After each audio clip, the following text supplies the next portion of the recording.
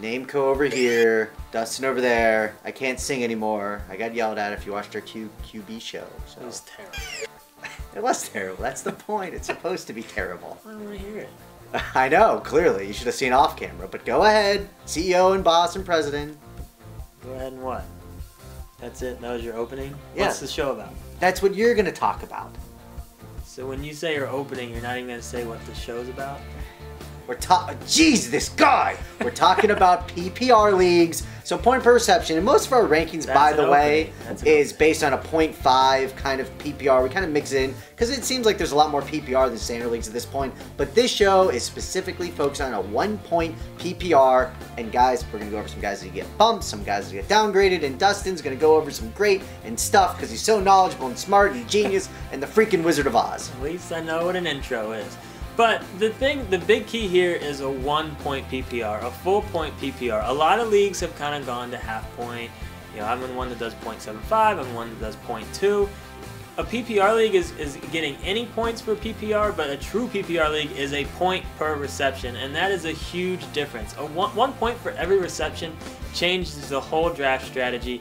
You really do need to do your homework, do your research, look and see who gets hurt, who gets helped because of that, because it is a drastic difference. And so we'll give you some of those guys that get helped and some hurt. But before that, Dustin, as the genius that you are, what do you like? A half point, 0.75, 1 point? I think 1 point changes it too much. You know, I think half a point really is kind of the sweet spot. You know, I'm a commissioner in one league. I do 0.75. I actually love it. I'll give him a little love. 0.75 is the way to go. 0.75, it makes it to where it's a pretty big deal, but not an insane deal. So, I mean, I think a full point PPR changes the dynamic too much. So real quick, running backs that get helped. Shane Vereen. He could be a monster if he stays completely healthy. Reggie Bush, Joik Bell, Pierre Thomas, and Dustin's boy, Danny Woodhead. Danny Woodhead. No Talk about him. Half-point PPR league last year, he was a top 15 running back. Half point. Half point. Full point? Do you think he gets as many catches this year? Why wouldn't he? Guys, receivers that are helped. Brandon Marshall, but you know, obviously he's going high anyway. Wes Welker, Danny Amendola, for some crazy reason he stays healthy, or Edelman, whoever's in that slot spot out there in New England.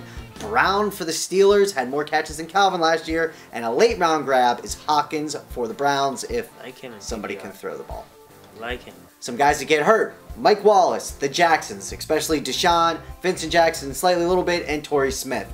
But regardless, just before your draft, if you're in one of those leagues, click on last year's stats, click on receptions, see who's at the top that you're like, oh, that's interesting, he's up at the top, and then kind of target them in your draft. What I like to do is say, all right, this guy is kind of pre-ranked on Yahoo, ESPN, wherever you're drafting at number 87, but based on his amount of catches, he should probably go 2 rounds higher. Therefore, people are idiots. They're going to wait till they see him on the little draft board. You take him around early so you can snag him with a good little value. And for me, the biggest thing that PPR does is it changes the dynamic of running backs. Because you look at like Alfred Morris, who, you know, in standard leagues right now, I think he's going, you know, late second, early third-ish type round. A non-PPR league kills him, but it brings guys that would normally go between like the 6th and 8th round up to like the 4th to 6th round. I mean, when you look at Vereen, Joik Bell, Danny Woodhead, Pierre Thomas, all those guys are good values around the 5th or 6th round in full point PPR leagues. So you don't have to pay as much attention to running backs early on because you can get some of those PPR specialists later. And in terms of a strategy, we were said in our, in standard leagues, you want to get a running back in your first 2 picks. You don't necessarily have to do that in a PPR league. You can get some of those stud receivers that are going to rack up a bunch of catches. Wait, and you don't have to get an RB1, because if you go later in the draft and you get Vereen or Reggie Bush, Woodhead as your 3 guys, they're going to be pretty serviceable just because all the catches they get as well. Borderline RB1s in a full point PPR. So it changes a lot of things. So that is our view on PPR. I mean, obviously, you know, you got to do your homework. First step, figure out if your league gives points per reception. If so, how much.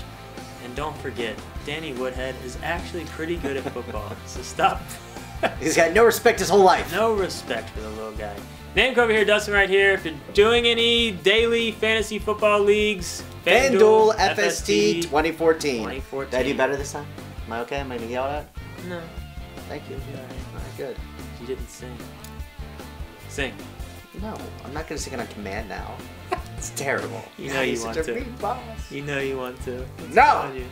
No, I'm out of here! If you like what you saw, then check out some of our other videos and subscribe to our channel.